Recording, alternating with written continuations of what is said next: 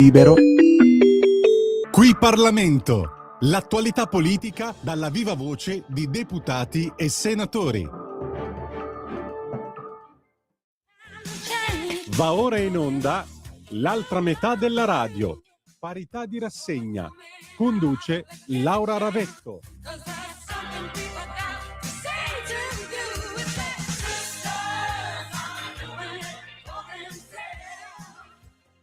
Buongiorno, a voi la linea. Oh, buongiorno a te cara Natalia e grazie, buon lunedì e buona settimana. Amiche e amici miei, ma non dall'avventura, buon pomeriggio, siete sulle magiche onde di Radio Libertà. Questa è l'altra metà della radio, la rassegna stampa al femminile di Radio Libertà. Scusate, è martedì, io sono così rimbambito, quindi è certificato che io sono rimbambito, quindi a maggior ragione io cedo immediatamente la parola alla padrona di casa, Laura Ravetto, che naturalmente immagino potrà occuparsi di qualche misura di legge per qualche giornalista rimbambito che ha bisogno evidentemente di un'agenda, non lo so. Ciao Laura. Non hai bisogno, sai benissimo di essere sempre sul pezzo. Buongiorno a tutti, bentrovati. E allora, intanto noi cominciamo la nostra trasmissione riprendendo un discorso che avevamo iniziato qualche giorno fa nel corso di Qui Parlamento, appunto. Tu sei intervenuta alla Camera e nell'emiciclo, come dicono i giornalisti bravi, hai espresso una tua particolare mozione che poi ha visto anche una risposta da parte del centro-sinistra. Intanto ricordiamo ai nostri ascoltatori 340-670-9659 per le vostre zappe o WhatsApp che dir voglia, anzi è 0292947222, il telefono è aperto da ora. Prego Laura.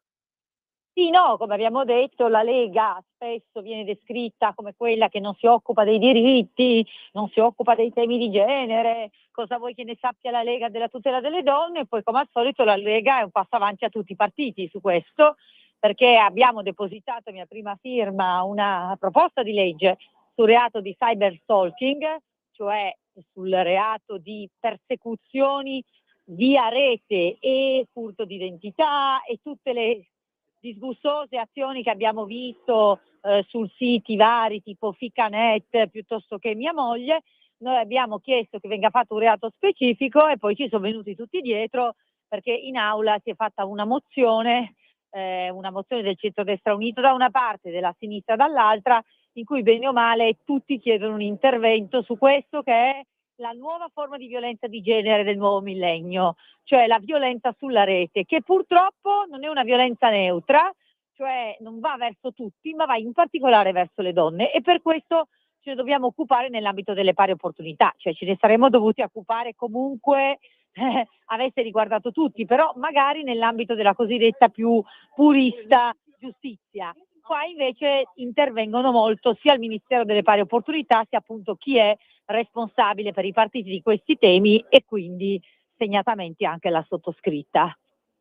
Ecco, questa è la cosa più importante. Io il mio augurio, come ti ho già detto l'altra volta, spero che da tutto ciò possa nascere una legge e soprattutto venga ripresa questa tua famosa legge che da tempo aspetta di ricevere i giusti passaggi parlamentari per diventare realtà. La vogliamo ricordare ancora una volta ai nostri ascoltatori? Sì, purtroppo è bloccata in Commissione Cultura perché non c'è la volontà politica di portarla avanti, che è quella di insegnare il rispetto delle donne nelle scuole. E non c'è la volontà politica di portarla avanti perché la sinistra si aggancia a questo sempre sull'educazione sessuale. Però lasciatemi dire anche un po' perché l'ha fatta la Lega, dai, perché comunque diciamo che in qualche modo, no, poi su questi temi c'è un po' di competizione e quindi va bene così. Ripeto, il ministro Valditara in parte l'ha recepita, quindi io mi posso già ritenere soddisfatta. Speriamo che un giorno o l'altro possa diventare sistemica, ecco. E questo è quello che ci auguriamo tutti, che è la cosa più importante.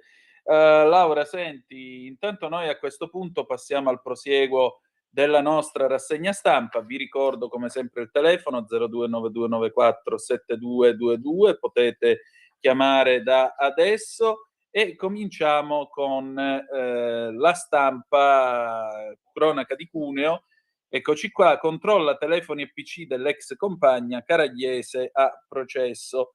La rottura era arrivata all'improvviso, dopo settimane di tensione crescente. 2 giorni prima lei si era rifugiata dagli zii. Lui, sentendo l'accusa, l'aveva raggiunta, lasciando le parole pesanti come macigni. Da quell'epilogo prende forma in tribunale a Cuneo il processo a un giovane di Caraglio, chiamato a rispondere di maltrattamenti, atti persecutori, intrusioni nella vita privata, accessi informatici non autorizzati. In aula la donna ha ripercorso a ritroso la loro storia, descrivendo una spirale di controllo che si sarebbe intensificata con la convivenza. Il nodo centrale, sostiene l'accusa, riguarderebbe l'uso dei dispositivi elettronici, telefoni smontati, schede sostituite, contatti selezionati a sua discrezione. La donna ha parlato di un'attenzione maniacale per chat e foto, fino all'installazione notturna di un sistema che duplicava sul cellulare di lui i messaggi ricevuti da lei. Il sospetto di essere sorvegliata si sarebbe trasformato in certezza quando l'uomo le mostrò conversazioni private che non avrebbe potuto conoscere. Sempre secondo il racconto, in casa sarebbe stato collocato un registratore. Cioè, a questo Richard Nixon gli faceva un baffo. La registrazione riguardava una telefonata effettuata su pressione del compagno con un uomo frequentato in passato per ribadire che quella relazione era chiusa. Un episodio che, nelle parole della donna, rientrerebbe in una gelosia definita ossessiva, capace di alternare momenti di apparente serenità sul divano a scatti improvvisi e imprevedibili. L'unico episodio di violenza fisica denunciato risalirebbe al 1 maggio, una spinta violenta che l'avrebbe fatta cadere davanti alla porta di casa. Da lì la decisione di confidarsi con la zia e andarsene. Lei sperava che, cambiando città, lasciando il Veneto dove viveva per Caraglio, la situazione si sarebbe rasserenata. Per quella relazione aveva cancellato il proprio profilo social e rassegnato le dimissioni dal lavoro. La conoscenza era nata online, in pochi mesi dall'intesa virtuale si era passati alla convivenza. Quella che doveva essere una nuova partenza, però, si sarebbe trasformata in un incubo. Mamma mia, io veramente sono senza parole. Cioè, qui dice, ma mi paghi i danni. Questa ha visto veramente la vita distrutta, peraltro da un incontro online. Sì, in questo racconto, che naturalmente è sotto indagine, sotto processo, che andrà verificato il tutto il racconto, però emergono dei moniti fondamentali, sia per il legislatore sia per tutta la società. Il primo è che dobbiamo ricordarci che lo stalking online, l'utilizzo dei telefonini, il controllo dei telefoni sono violenza, sono anch'essi già violenza, anche se non sfociano subito in violenza fisica, sono già violenza e spesso sono i cosiddetti reati spia, cioè sono quei reati che dovrebbero mettere in guardia chiunque dal comprendere che poi si può arrivare alla spirale di violenza. Quindi bene ha fatto questa ragazza a confidarsi con una zia, che bene ha fatto a dire di procedere con una denuncia. Poi la cosa che spiace è che sempre in questi casi la donna denuncia e poi è costretta a nascondersi, e questo non va bene, perché che lei sia dovuta venire via dalla sua città dove lavorava, ancorché io sia di Cuneo, e quindi voglio dire, Cuneo è una gran graziosa città, però lei ha dovuto lasciare il lavoro, ha dovuto lasciare il suo tessuto sociale, ha dovuto chiudere i social. Questo è un problema, per questo si dice assistenza alle vittime. L'assistenza alle vittime non si fa a parole, si fa in questi casi qua, cioè bisogna trovare delle risorse anche di natura economica per far sì che queste persone non siano costrette loro a spostarsi, e bisogna far sì che vengano applicate le leggi che ci sono già, per cui questi signori vadano velocemente a misure interdittive, in modo che siano loro a dover essere nascosti, non le vittime, perché sennò la storia si ripete.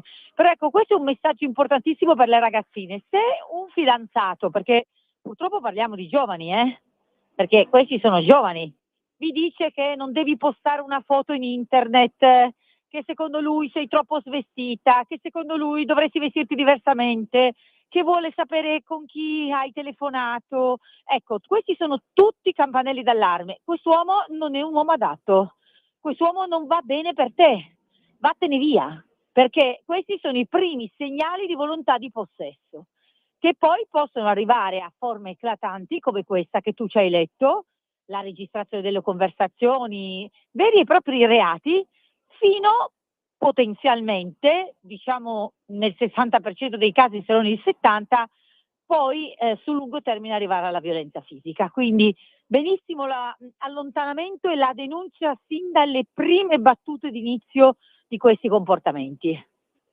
Sicuramente, io quello che mi lascia veramente esterrefatto, addirittura la telefonata all'ex per ribadire che quella storia era finita. Cioè mi sembra una volontà di controllo e soprattutto lei che alla fine gli ha detto di sì. Questa è la cosa che più mi lascia esterrefatto. Ma Come si lei può dice di sì accettare? perché no, ma perché le ragazze spesso sono soggiogate, perché le personalità che mettono in atto questi reati te li vendono come atti d'amore. Ti dicono: "No, ma guarda, io ti chiedo di far questo perché ti amo talmente tanto che voglio che tutti sappiano che non puoi più essere loro", oppure io ti dico di non postare questa foto per proteggere te e la tua immagine, perché non è bene che ti vedano in costume. Tutte 'ste stupidaggini che vengono instillate alle ragazze, che in realtà non sono amore, sono io ti voglio coprire, ti voglio nascondere perché tu devi essere solo mia, e questo è inaccettabile. Senti, ma allora mi permetto di citare una canzone di Celentano. La gelosia più la scacci e più l'avrai, tu eri mia, di chi sei tu non lo sai, sincerità ma che gran valore ha e che fortuna chi ce l'ha. Ma allora Sì, poi detto tutta sta questo, se devo essere retorica? precisi, sì, puoi essere precisi, sta canzone di Celentano non è proprio appropriata perché sembra vedere più il punto di vista dell'uomo, la sincerità. Cosa vuol dire la sincerità? Ognuno di noi è libero di autodeterminarsi come desidera e come vuole, e la persona deve essere in grado di farsi scegliere di giorno in giorno, non di pretendere che una persona gli dica tutto quello che fa. Un uomo dovrebbe essere abbastanza sicuro da non temere qualunque cosa faccia la sua compagna, e avere anche la dignità di voler essere scelto, perché se non viene scelto deve avere la dignità di lasciarsene, andarsene e magari essere preferito a qualcun altro.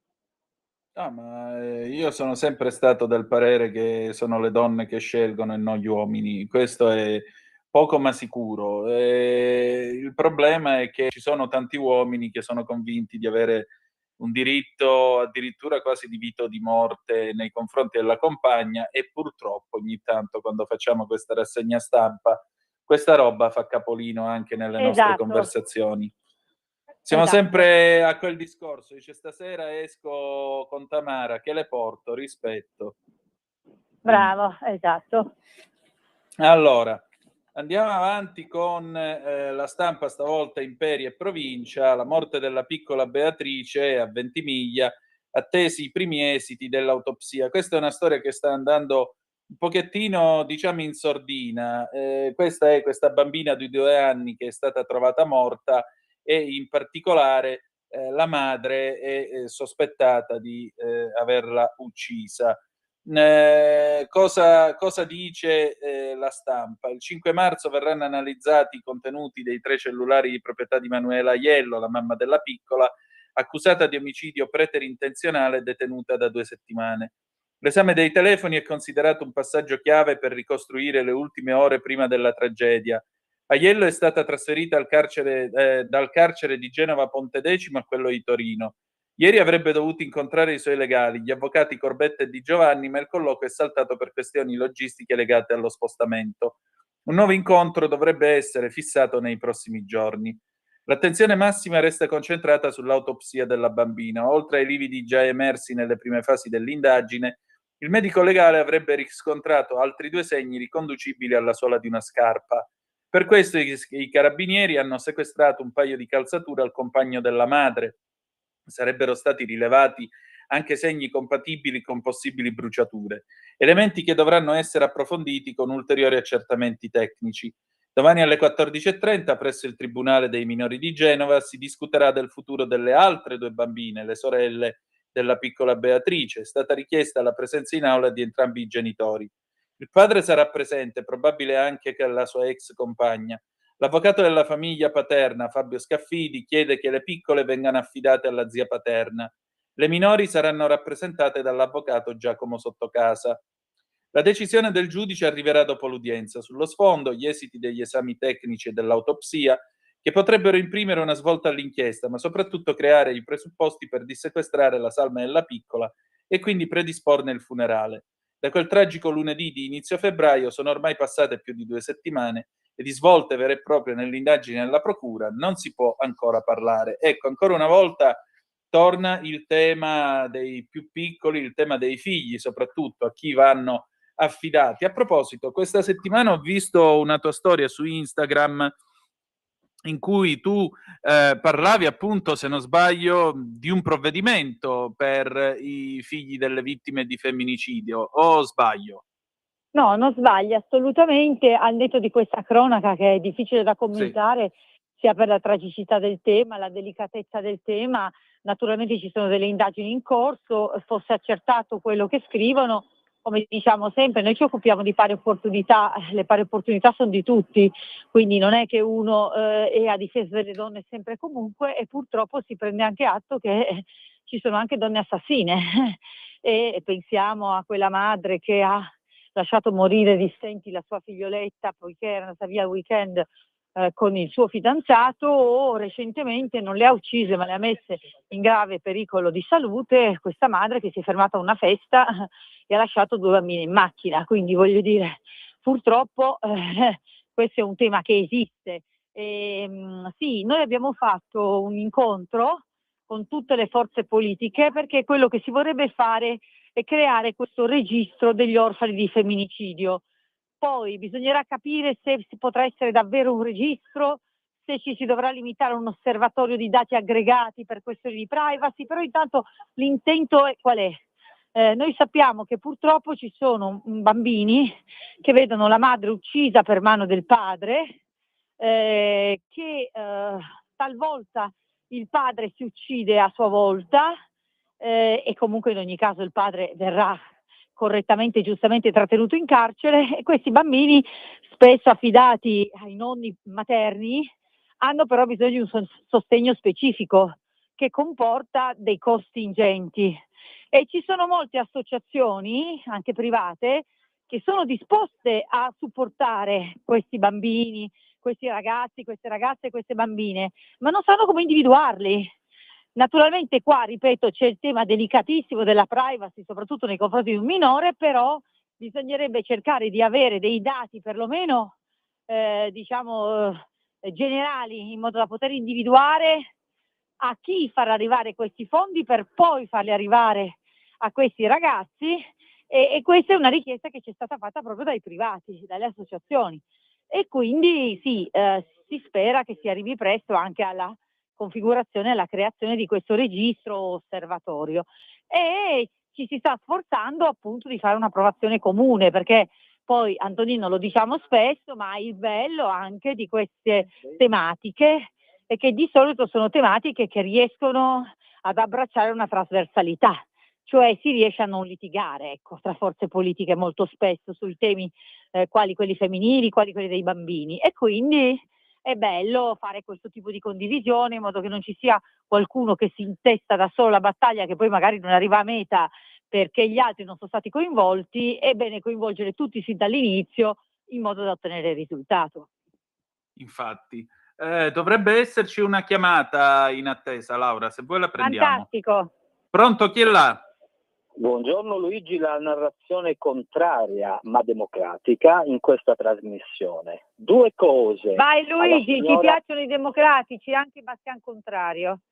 Certo, lo so signora, lei è molto liberale. E a proposito della libertà in America, non alla Trump, 2 cose. Una è questa: per quanto riguarda in America si fa votare anche le persone all'estero in modo democratico. In questo referendum da parte vostra è stata negata il fatto di far votare i giovani al referendum sulla giustizia. 2, volevo sentire adesso, dato lo sproloquio che probabilmente in questa trasmissione eccetera avete fatto sul Rovereto, come vi comportate se andate di nuovo da porta a porta eccetera a dire che il poliziotto va salvato. State facendo anche una colletta. Ecco, da quello che può succedere... Sì, però scusa se ti interrompo un secondo, poi ti risponderò tutto. Noi non abbiamo fatto nessuno sproloquio, io non ho mai parlato di Rovereto, non ho mai parlato di quella situazione. Scusi, tanto a me mi faccia parlare, per farla lei, ma parlo anch'io.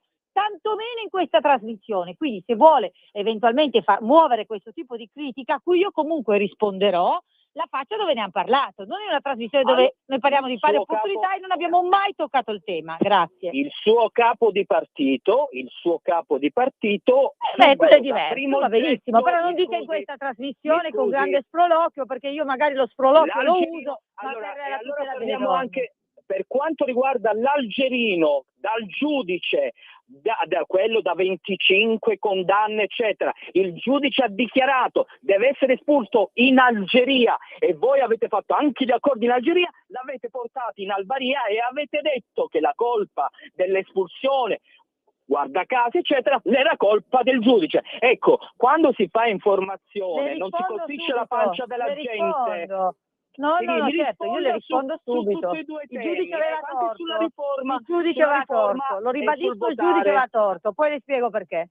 Certo, ma va abbiamo sempre a torto, però proveniente dai prezzolati. Ma lei deve sapere ascoltare anche le risposte degli altri, poi non è che deve dire certo, se è solo uno sfogo non è tanto democratico. Lei giustamente sì, ma mi scusi, dai prezzolati di Rete 4 che vanno a dichiarare sempre il contrario, certo, praticamente parte solamente del terrorismo a livello informativo. Per favore, tiralo giù.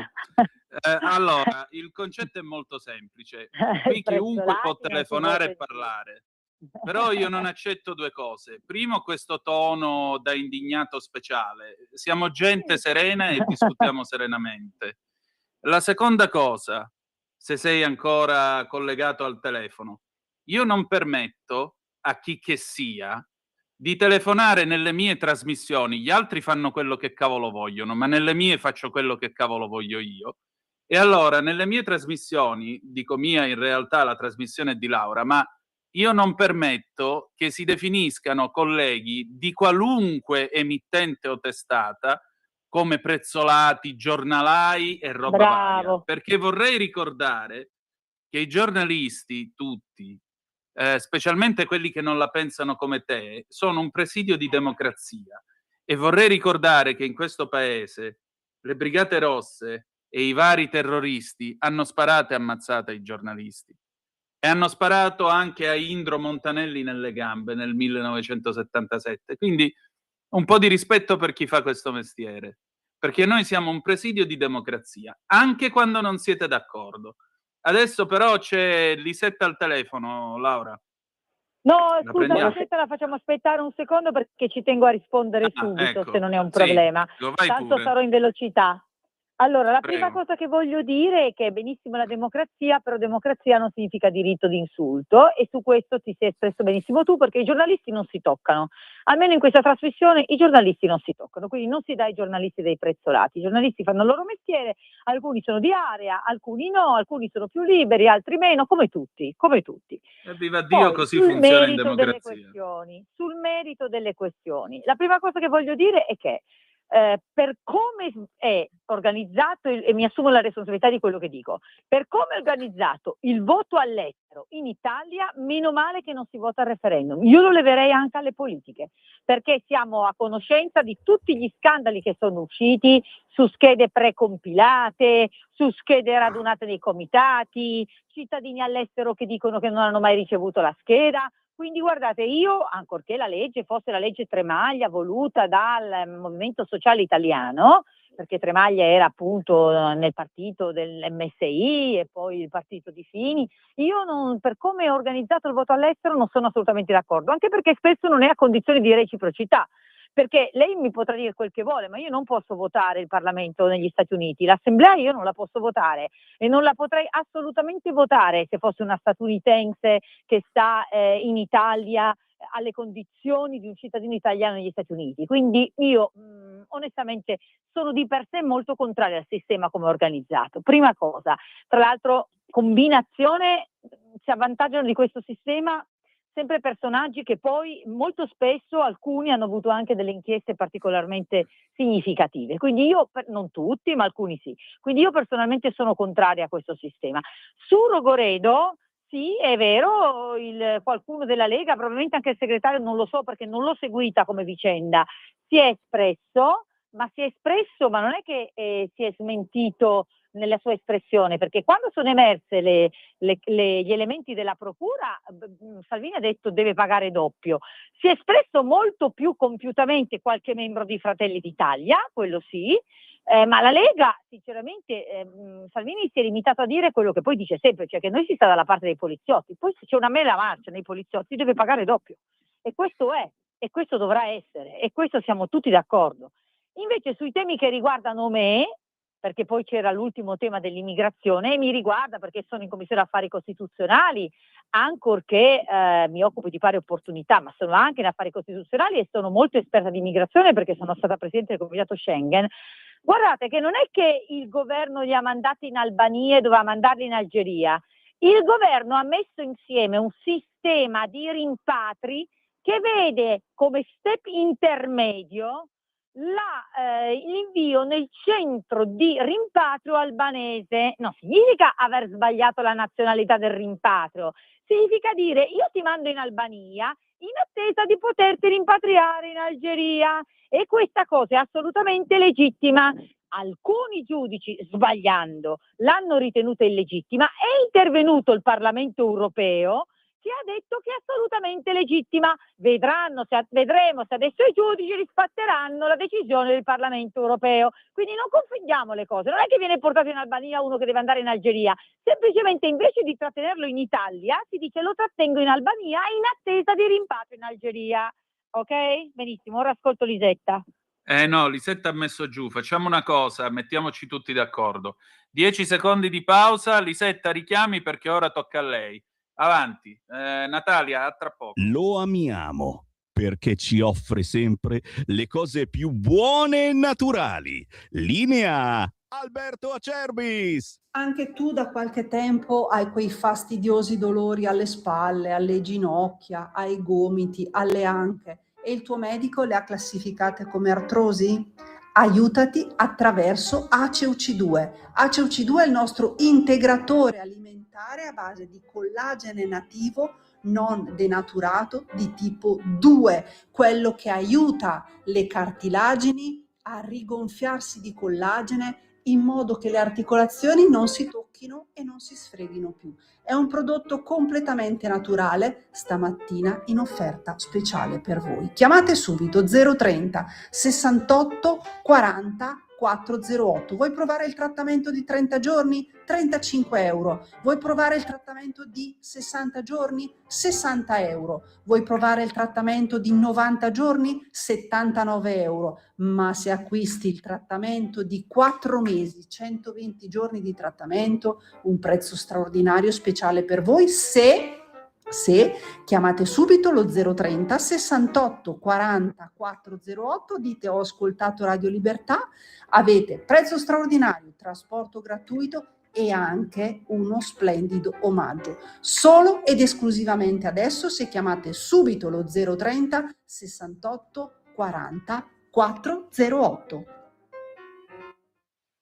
Di nuovo a voi la linea.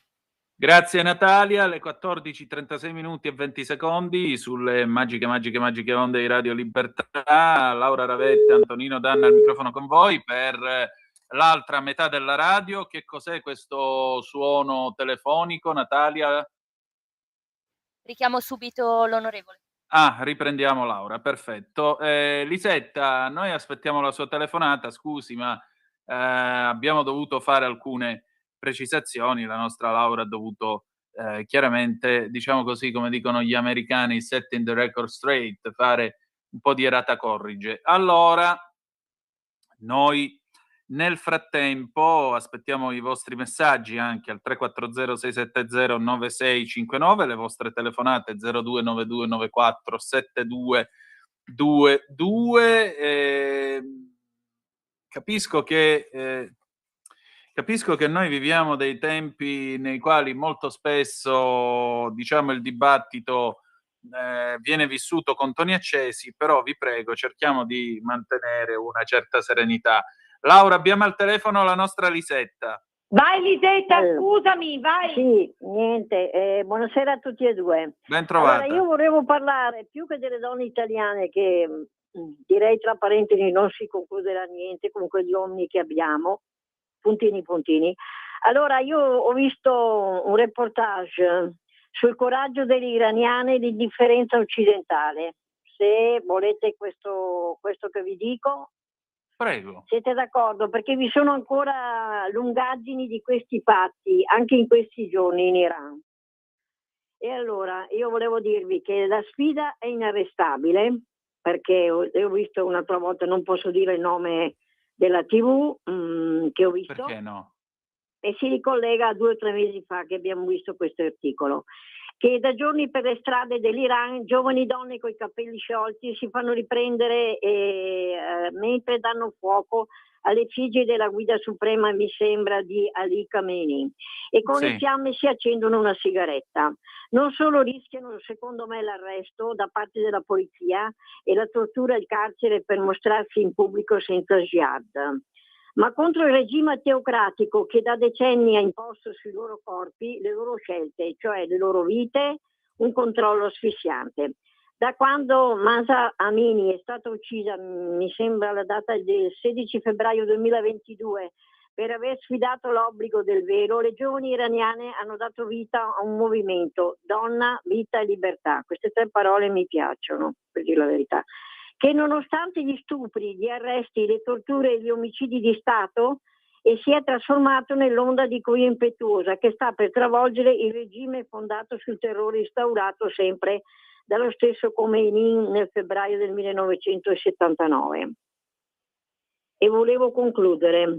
Le iraniane bruciano i simboli dell'oppressione, sfidano a viso aperto il capo supremo del regime.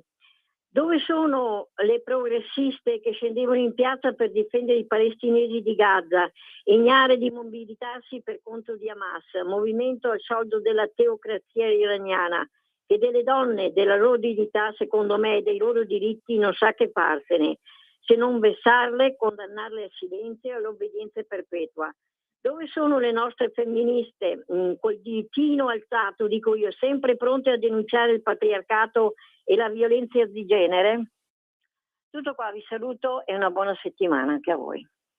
Laura. Grazie. Grazie Lisetta. Sì, allora Lisetta, hai fatto tutto giusto tranne la premessa. Cioè, ci hai detto dirò una cosa che però non riguarda le donne, sono ironica naturalmente, ma questo riguarda le donne più che mai. Cioè il movimentismo iraniano è partito proprio dalle donne, ora si è esteso perché ora è un movimento trasversale che ha toccato i commercianti, che ha toccato le forze diciamo pulite della società, ma è partito assolutamente dalle donne.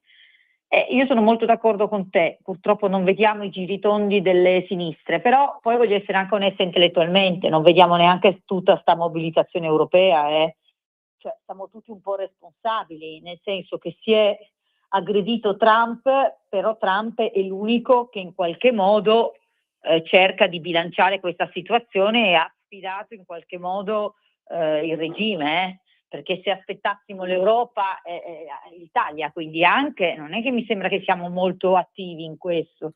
Cioè, la verità è che si può criticare Trump per i modi, le modalità, ma alla fine è davvero l'unico, alla faccia dell'isolazionismo di cui lo accusavano appena si è insediato, in realtà è l'unico che si sta un po' occupando di quello che succede nel mondo. Io aggiungo un'altra cosa e do un aggiornamento da iraninternational.com, fonte alquanto quotata su quello che sta succedendo da quelle parti. Vi informo di questo a proposito delle donne, soprattutto delle ragazze, le studentesse, perché in Iran buona parte del personale, buona parte degli studenti universitari in realtà sono donne. E allora vi dico che le proteste universitarie nel paese sono arrivate al 4° giorno di fila. Ci sono stati alcuni assalti da parte della polizia, tra l'altro ieri sera è spuntata l'immagine di un pick-up con la mitragliatrice pesante sopra accanto all'Università di Teheran.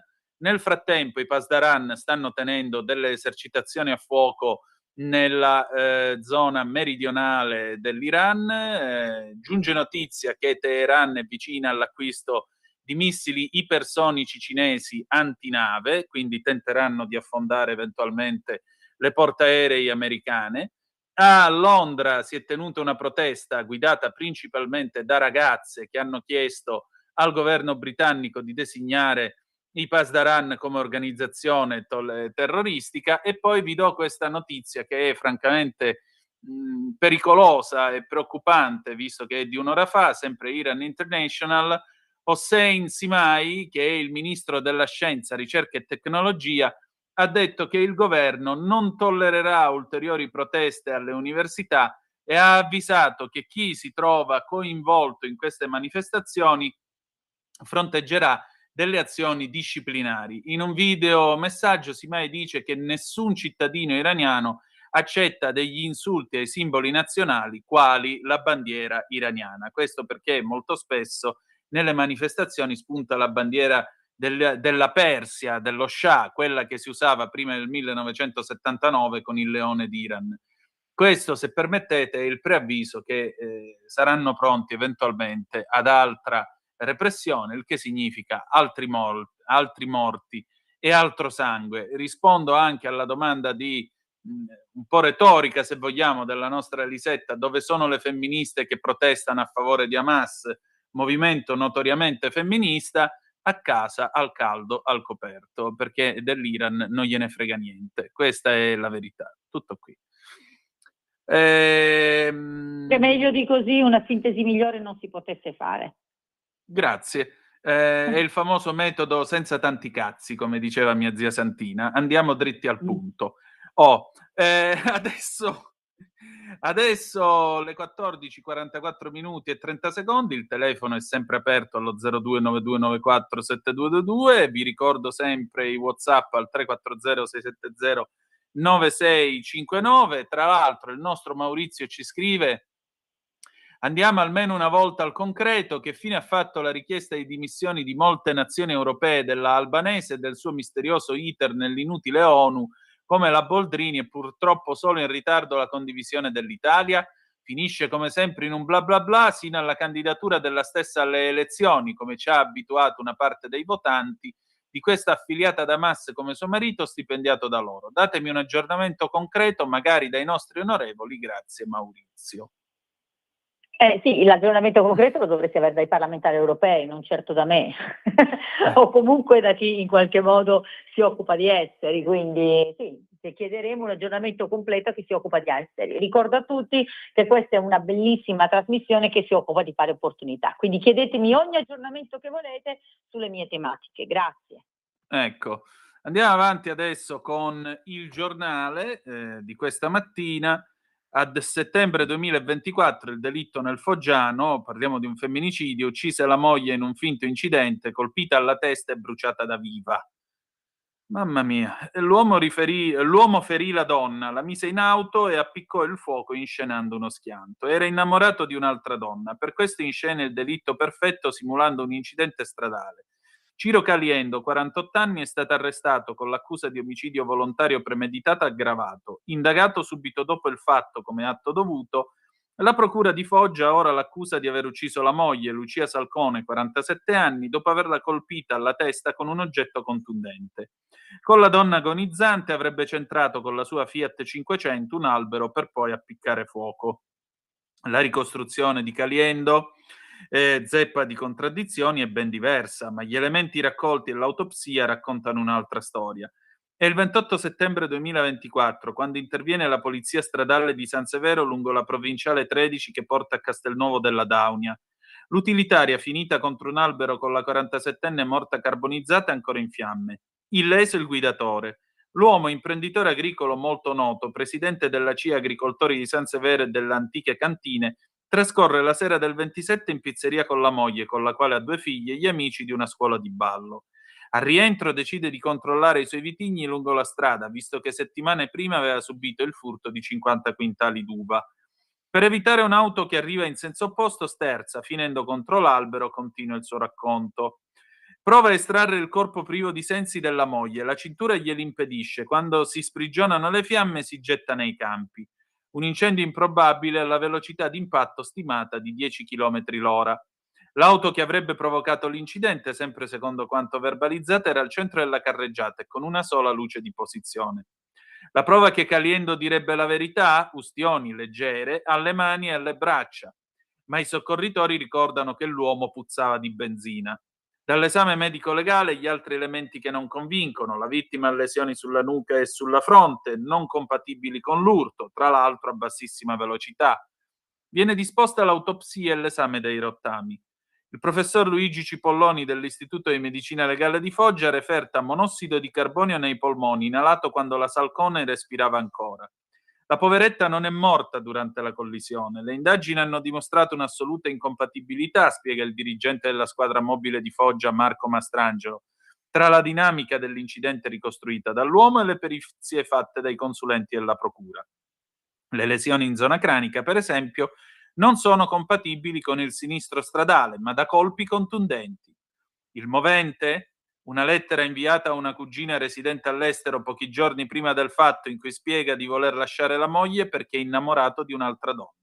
Ma Lucia, raccontano le amiche, non avrebbe mai concesso il divorzio. A inchiodarlo le riprese della telecamera della sua abitazione, che lo congelano davanti casa con una bottiglia all'interno della benzina, la stessa trovata dagli esperti della scientifica nell'auto andata a fuoco e nel terreno attorno. Peccato che il motore della vettura fosse diesel, ovvero alimentato a gasolio. Caliendo inoltre è sotto processo a Napoli per aver fabbricato l'ordigno usato per tentare di uccidere un ufficiale della Guardia di Finanza il 21 marzo 2023 a Bacoli. E insomma, ma non sarebbe stato più facile dire lasciamoci e basta? Sì, anche perché nel XXI secolo, cioè, non è che decide uno che si divorzia o non si divorzia, quindi basta chiederlo il divorzio e la separazione e comunque si ottiene, cioè non è che l'altro te lo può impedire, bisognerà negoziarlo, però poi si ottiene. Detto questo, è chiaro che questo è uno scenario raccapricciante, cioè questo davvero, qua io credo che i giudici poi... ci sono processi in corso, lo dobbiamo dire sempre, non sappiamo quale sia la verità, ma se questa è la verità, qua c'è una premeditazione, perché non è che uno improvvisa una roba così con impulsività, qua c'è una premeditazione, c'è uno studio, che dire, siamo sconcertati. Poi non so se verrà classificato come femminicidio, perché poi adesso abbiamo visto che la giurisprudenza, no, si concentra molto sulla questione del partner, non partner, lo so, declassificato a mero omicidio. Io credo che sia un femminicidio ovviamente, però è raccapricciante qua, ecco, speriamo che tutte le aggravanti del caso ci siano nel momento in cui sono verificate queste azioni, ecco, perché insomma qua ci vedo veramente premeditazione e tutto quello che ci si può vedere.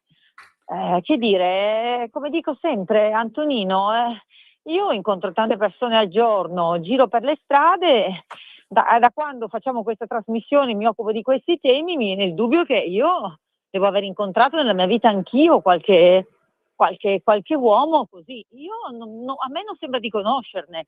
Probabilmente, come dico sempre, fatevi sentire di più voi uomini normali, perché se no, a furia di ascoltare queste storie, c'è un po' il rischio che una si faccia delle idee sbagliate su tutta, e sarebbe sbagliato, su tutta la specie maschile, e sarebbe molto sbagliato. A questo punto davvero dovrebbero scendere in piazza gli uomini normali. Questo è poco ma sicuro, per il resto trovo tutto ciò di una barbarie incredibile, veramente una barbarie incredibile. Davvero, non ho parole. Comunque, si sono fatte le 14:52, noi andiamo verso la fine della nostra trasmissione e vogliamo chiudere con una good news. C'è questa bella intervista. Ormai la pretendo io la good news. Ci sta. Questa mattina sul Corriere della Sera c'è l'intervista a Dorothea Wierer che ha portato il biathlon, che si è comportata tra l'altro con molto onore alle Olimpiadi nel biathlon. Una donna col fucile, al poligono ridevano. Calamity Jane ha finito le pallottole, ultimo assalto alla diligenza, ultima Olimpiade. Ad Anterselva avevo cominciato a sparare, ho chiuso in un posto speciale con una gara speciale. argento nella staffetta mista all'inizio di Milano Cortina, un mazzo di fiori sotto la neve dopo la mass start finale, quinta con onore. Ci tenevo a far bene, le aspettative erano altissime, l'affetto dei tifosi vale più di una medaglia. In quasi 20 anni di biathlon, Dorotea Virer ha centrato ogni bersaglio, tranne l'oro olimpico. È delusa? Ho avuto la fortuna di aver ereditato geni buoni dai miei genitori, di mio ci ho messo una vita di allenamenti. Sono cresciuta con la mentalità del lavoro, come Yannick Sinner, che è quasi un vicino di casa. Vorrei sempre fare di più, i coach mi hanno tenuto a freno. Va bene così, non potevo chiedere di più al mio sport. Il primo ricordo sugli sci? In Valpusteria con i miei fratelli, ho fatto anche discesa, ma la velocità mi faceva un po' paura, quindi sono passata subito al fondo. Il primo ricordo con la carabina in mano? Da bambina sparavo con l'aria compressa, per il calibro 22 serve il porto d'armi che è arrivato dopo. All'inizio il fucile non sapevo come metterlo in spalla, al poligono mi guardavano e ridevano. Sparare soprattutto per una donna non è banale. Fa un certo effetto il rumore, il rinculo, il cuore che batte nel petto. Quando arrivi al poligono in apnea durante una gara non c'è una tecnica per calmarsi. Io respiro profondamente, ormai lo faccio in automatico. Più sei immobile, più il tiro è preciso. I pensieri in testa, quelli non si sono mai placati. L'oro olimpico è stata un'ossessione, un pensiero o un sogno? Ossessione mai, non mi piace il concetto. È stato un sogno realistico a giudicare dall'inizio della stagione. Era cominciata alla grande, a Östersund in Coppa. Adoro Östersund da sempre, non a caso ci ho vinto il primo oro mondiale. Ero partita senza aspettative, avevo anche messo in conto di non raccogliere proprio niente quest'anno. Invece 2 podi in staffetta e il trionfo nella 15 km a 10 anni dalla prima vittoria in Coppa, rimontando la 27esima dopo 2 poligoni. Lì ero ancora pimpante. Grazie a chi ha creduto in me più di quanto ci abbia creduto io, ha detto alla fine. Io tendo a sminuirmi, sono da sempre ipercritica, forse come forma di protezione. Non mi sono mai fatta i complimenti e l'esperienza non mi ha cambiata. Quale eredità lascia al suo mondo? La mentalità del lavoro che mi onoro di aver portato nell'ambiente. Ho rilanciato il biathlon femminile, ho cercato di farlo conoscere il più possibile e la capacità di staccare e prendermi tempo per me stessa in un mondo, parlo a livello internazionale, di atleti estremi e spesso fissati col risultato a tutti i costi. Il pensiero va a Silvert Bakken, il collega norvegese trovato morto a 27 anni con molti dubbi sull'uso della maschera ipossica. È stato uno shock. Sivert si era allenato con noi in Norvegia alla Vazé. Il biathlon è un mondo piccolo, ci si conosce tutti. Atleta gentile e motivato, ho visto poche persone a cui brillano gli occhi quando parlano degli allenamenti. Crede che nell'uso della maschera ipossica si fosse spinto troppo in là a proposito di atleti estremi? Io credo molto nel destino, ma dobbiamo stare attenti a non andare troppo oltre. Circolano sempre più studi, cose nuove da provare. Io la maschera ipossica non l'ho mai usata, a me le esagerazioni hanno sempre fatto paura. Tommaso Giacomelli è il futuro del biathlon, è già il presente, l'ho visto fare un salto di qualità enorme in Coppa, a talento. L'Olimpiade poi è una brutta bestia. Ha già un'idea di cosa farà da grande? Vorrei vivere un po' la vita per capire come funziona. Noi atleti viviamo in un mondo a parte. Da donna mi sento sotto pressione, per un figlio non potrò aspettare molto.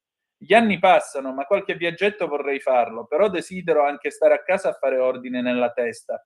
Dal biathlon me ne vado in silenzio, col sogno di svegliarmi la mattina senza programmi. È stata la vita che sognava da bambina, Dorotea? Da bambina pensavo di diventare cameriera nel ristorante di mio papà, non certo campionessa di biathlon. Alla fine è andata benone, dai. Ma tirare i remi in barca a 35 anni con la pressione di fare un figlio, che ne pensi? Ma penso che per gli sportivi 35 anni sono i nostri 50, quindi non mi stupisco perché loro giustamente vivono una vita ad alta intensità, ce l'ha spiegato lei in questa bellissima intervista. Tra l'altro la risposta a questa bell'intervista è non ridono più, diciamo non riderà più nessuno. No. Loro maturano molto più velocemente e fanno una carriera che si ferma prima e che quindi in qualche modo però per le responsabilità che gli porta anche una maturità più veloce, quindi assolutamente. Poi 35 anni in realtà è l'età giusta, perché comunque 35 anni è l'età giusta e naturalmente non significa abbandonare una carriera, però magari è legittimo pensare di cambiarla un po'. perché magari uno sforzo fisico di quel tipo difficilmente potrebbe essere fisicamente conciliabile magari con l'accudimento di un bambino. Però quello che voglio dire è che questa atleta, come tutte le atlete che abbiamo visto alle Olimpiadi invernali, donne, hanno portato all'Italia non solo delle medaglie, ma dei messaggi pazzeschi.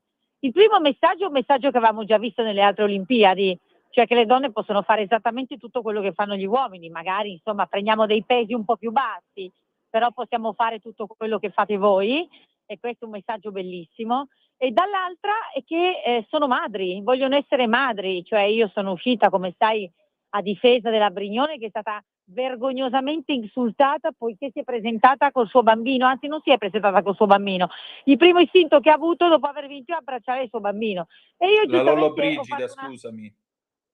La dimmi. Brignone figli non ne ha per ora, la Lollo Brigida. No, la Lollo Brigida, scusami, però complimenti anche alla Brignone che non ha figli, Sì. ma ci ha portato anche lei delle medaglie esagerate, e tra l'altro ci ha dimostrato che una donna distrutta fisicamente si riconquista totalmente tutto e si ricostituisce anche fisicamente. Sì, la Lollo Brigida. E io ho fatto un'agenzia in cui ho detto ma come ci accusate tutte che c'è l'inverno demografico? Facciamo i figli e poi ci chiedete di nasconderli perché non è bene in certe situazioni. Una vergogna. E c'erano moltissimi commenti di attacco a questo. È stata letta la maternità come un atto esibizionistico e molti commenti erano di donne. E questo è assurdo, perché invece noi dobbiamo celebrare una donna che è contenta, vincente con la sua carriera e che festeggia con suo figlio o con sua figlia e che quindi celebra la maternità. Quindi davvero la ringraziate tutte, le ringrazio anche Radio Libertà, grazie alle atlete italiane e non italiane che sono salite sul podio e ci hanno commosse e commossi. E io mi associo volentieri. Con questo chiudiamo la nostra puntata, appuntamento la prossima settimana, il 3 di marzo, e ci salutiamo visto che oggi comincia Sanremo con La femminista di Antonio Buonuomo da Sanremo 76. A proposito, ma tu lo guardi Sanremo? La femminista, vai! Beh, ci sta a tema, ma tu lo guardi Sanremo? Guarda, sicuramente lo vorrà vedere mia figlia Clarissa, che ha 8 anni e che lo adora, e quindi sì, lo guarderò anch'io. Poi Va detto bene. questo, viva Sanremo, però non è il programma che seguo di più, ma viva Sanremo, viva Sanremo! Benissimo, allora grazie alla nostra Laura, grazie a tutti voi, noi torniamo con Zoom alle 18:05 trattabili e ricordate che the best is yet to come, il meglio deve ancora venire. Vi hanno parlato Laura Ravetto e Antonino Danna, a più tardi. Ciao! Ciao!